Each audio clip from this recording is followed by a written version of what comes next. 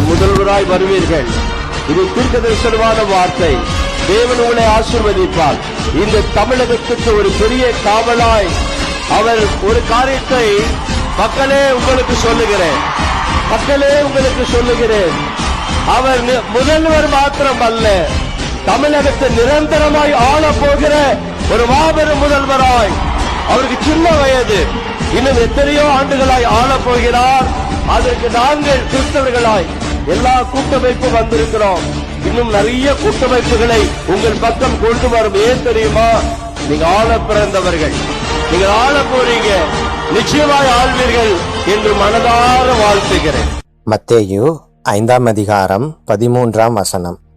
நீங்கள் பூமிக்கு உப்பாயிருக்கிறீர்கள். உப்பானது சாரமற்று போனால் எதினால் சாரமாக்கப்படும்? வெளியே கொட்டப்படுவதற்கும் மனுஷரால் மிதிக்கப்படுவதற்குமே ஒழிய வேறொன்றுக்கும் உதவாது. கர்த்தர் நம்மை உப்போடு ஒப்பிட்டு பேசுகிறார். உப்பு உவர்ப்பு தன்மையை தரும் பொருள். உப்புக்கு மாற்றாக உவர்ப்புக்கு வேறு எந்த பொருளும் இந்த உலகத்தில் இல்லை.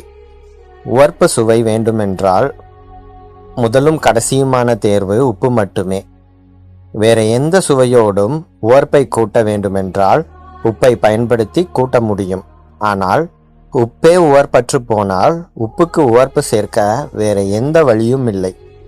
அது கொட்டப்படுவதற்கும் மிதிக்கப்படுவதற்குமே ஒழிய வேறொன்றுக்கும் உதவாது. அதுபோலத்தான் கர்த்தர் நம்மை இந்த உலகத்தில் வைத்திருக்கிறார்.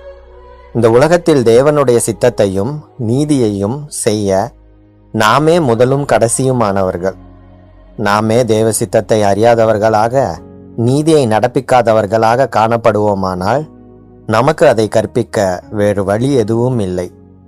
வெளியே கொட்டப்படவும் கால்களால் மிதிக்கப்படவுமே அன்றி வேறொன்றும் நடக்காது. உப்பு சுவையற்று போகக்கூடாது. விசுவாசிகள் உணர்வற்று இருக்கக்கூடாது.